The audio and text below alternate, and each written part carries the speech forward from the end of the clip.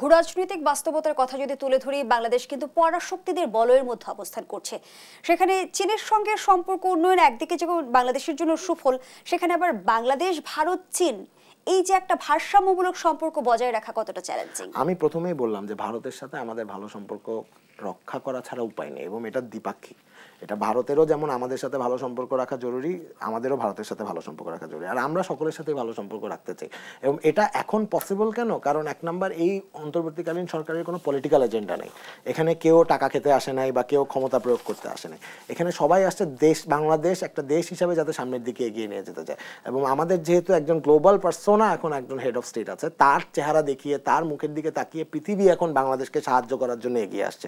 সেখানে চীন, ভারত, পাকিস্তান কিচ্ছু, মানে এটা ওই দিকে ব্যাপারই না। ব্যাপারটা হচ্ছে এখন যেহেতু সবাই সাহায্যে, আমরা কেন সাহায্য নিব না? যে কোনো দেশ আমাদের সাহায্য করতে চাইলে আমরা সাহায্য নিব, এবং যে কোনো দেশকে আমরা যদি সাহায্য করতে পারি, আমরা সাহায্য করব।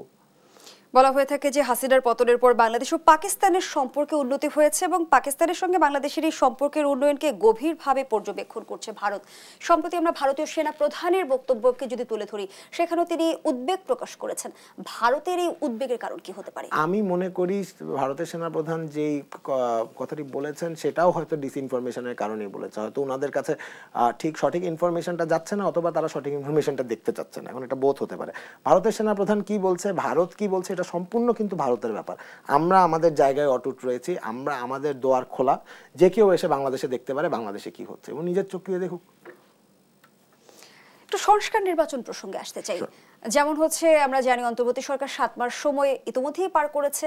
সংস্কারের বিষয়টা যদি আমরা জানতে চাই, বর্তমান সময়ে কিন্তু আমরা সংস্কারের দেখছি যে আলোচনাটা আটকে আছে ছোট সংস্কার, বড় সংস্কার ইস্যুতে।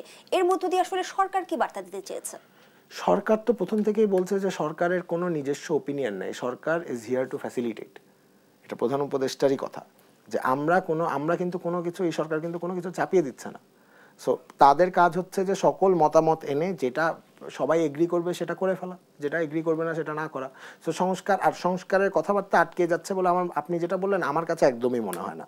কারণ আমরা প্রথমত, বাংলাদেশ কিন্তু বহু বছর পর তার বাকস্বাধীনতা ফিরে পেয়েছে, এবং বাকস্বাধীনতা ফিরে পেলার ফলে যেটা হয়, বিভিন্ন রকমের ডিবেট আসে, এবং এই ডিবেটটা খুব হেলদি।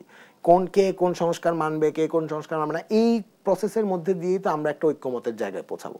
সো আমার কথা হচ্ছে যে এখন যে এই যে আপনি বিভিন্ন সময় দেখা যায় যে অমুক পলিটিক্যাল পার্টি একটা জিনিস বললো, আরেকজন আরেকটা জিনিস বললো, এটা খুবই স্বাভাবিক, এটাই হওয়ার কথা। তো অপূর্ব জাহাঙ্গীর, আপনি বলছেন যে সরকার আসলে সংস্কার করবে না, ফ্যাসিলিটেট করবে।